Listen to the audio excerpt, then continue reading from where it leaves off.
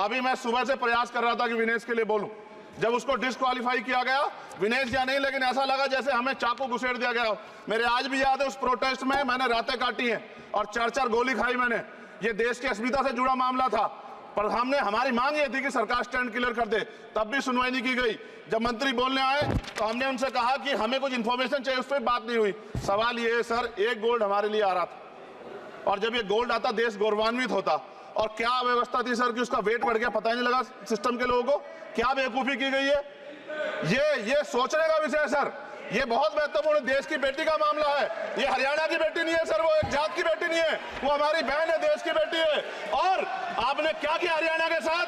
आपने हरियाणा का बजट कम किया, जबकि सबसे ज्यादा मेडल हरियाणा लेके आता है। ये गलत है सर, ये धोखा है।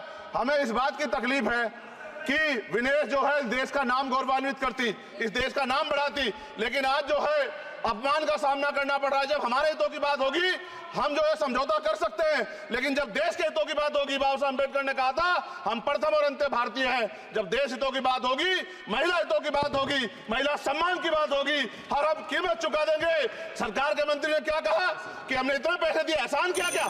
खैरात दी क्या आपने कोई? खत्म कर रहा हूं सर, खैरात दी क्या आपने कोई? इससे ज्यादा पैसे हम आपको दे देंगे, लेकिन आपको चाहिए था कि इस मामले को संभालते और देश का सम्मान बढ़ाते। आपने लापरवाही बरती, इसका खामियाजा हमें भुगतना पड़ा। मैं आपसे आग्रह करूंगा कि जब वो बेटी देश लौटे सर, जब वो बेटी देश लौटे, रुक जाओ प्लीज, प्लीज, जब वो बेटी देश लौटे, मैं आपसे आग्रह करूंगा कि स्पीकर सर यहां बुला के उसका सम्मान करें। हम सब लोग, वो देश की बेटी है सर, देश के लिए गोल्डन गर्ल है वो, गर्ल है वो, उसका सम्मान यहां किया जाए सर, हमें चाहते हैं। बहुत बहुत धन्यवाद, आपने बात रखने का मौका दिया।